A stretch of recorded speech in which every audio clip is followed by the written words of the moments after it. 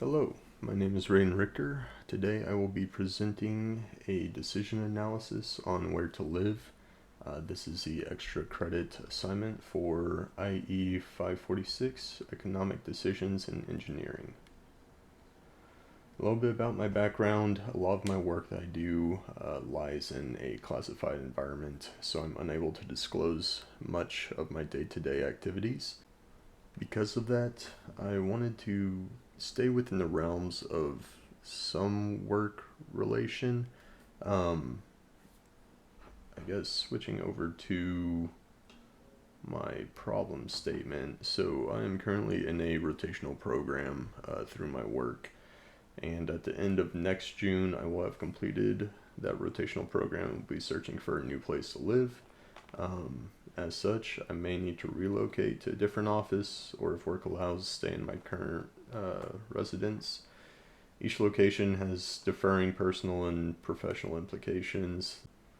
The challenge is to make this decision with multiple conflicting objectives using utility theory.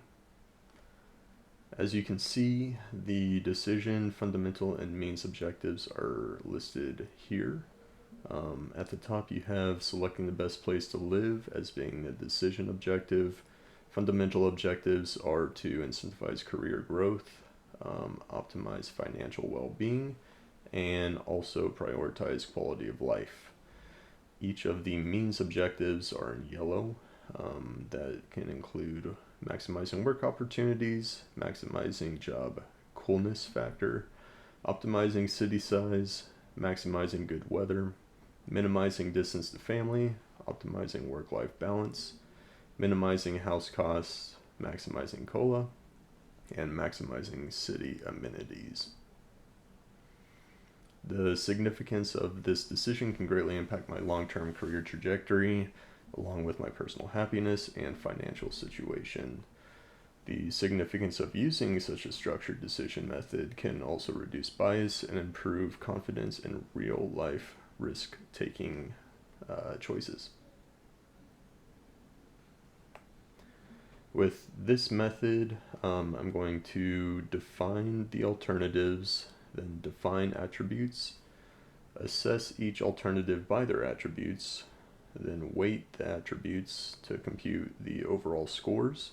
Then I'm going to discuss the results and findings, and then conclude with an overall outbrief and analysis. The different alternatives are that I either will end up in Fort Worth, Texas, Greenville, South Carolina, Las Vegas, Nevada, Huntsville, Alabama, or stay where I'm at currently in Clearwater, Florida. The alternatives attribute assessment is as follows. First up, there's work opportunities, long-term stability, possibility for new roles and promotions down the road. Since working is the blood of achieving financial stability and allows for freedom, I assigned a weight of 1, which is the highest weight that I assigned. It's also assessed on a self-assigned 0 to 1 value, where the higher the value is preferred. Number 2 is job quote-unquote coolness. I really want to enjoy my role, enjoy the work that I'm working on, and make sure that I'm satisfied by that work. Since most people work roughly 80,000 hours in their life, I want to work on something I find enjoyable, so I assigned a weight of 0.8. It's also assessed on a 0 to 1 value, where the higher value is preferred. Number 3, we have work-life balance. Though so much of your life is spent working, I still want to experience exploring around, connecting with locals, and whatever other opportunities my city has to offer. I assigned a weight of 0.75, close to job coolness, but not quite as important to me. Once again, this is also assessed on a 0 to 1 value scale, where the higher number is preferred. Number 4 is city amenities. What good would work-life balance be without anything to do or see? I assigned a weight of 0.7, close to work-life balance, but also not as important as the previous attribute. Again, this is assessed on a self-assigned 0 to 1 value where the higher value is preferred. Next, we have weather. Weather is also a significant factor that contributes to general well-being outside of work. On the days that I have off, I want to do stuff, and the weather is a key player in determining what I can and can't do. I kept weather close and assigned it a weight of 0.65, assessed on the self-assigned 0 to 1 scale again. Next, we have distance to family. The following three attributes, however, I couldn't differentiate between in terms of importance to me. Distance to family, population density, and housing costs are all weighted as a 0.6. Distance to family is assessed by the miles driven from the site I would work at to my wife's family house, where the lowest possible value is preferred. Next, we have population density. Population density, as stated previously, is a 0.6 weight. Is calculated by taking the population of a city and dividing it by the square mileage of that city's boundaries. I typically prefer less densely populated cities, but wouldn't want to be the only resident in a 100-mile radius. So I made that the preferred value to be around 1,500 residents per square mile. Next is housing costs. While taking up a significant portion of my income, housing is something that doesn't drastically vary between these cities, hence why I also rated it a 0.6 and not higher. The costs used for the averages gathered from apartments.com. The lowest possible value is preferred. Next, we have population. I usually enjoy medium cities, roughly around 200,000 residents. However, since cities all have different boundaries, this value is probably not the best for analysis, hence why I put less weight on it at just 0.3 compared to population density. These values are assessed on the population number as of the 2023 census. At number 10, we have size. This attribute doesn't particularly mean much to me. You can have a large rural town with the same amount of activities and things to do as a smaller, more densely packed city. Because of this, I only assigned it at a weight of 0.2, and the size of each city was assessed on the square mileage of the city's boundaries. And last and least, we have COLA, or cost of living adjustment. The COLA is a percentage of how much my company pays employees to relocate to certain regions.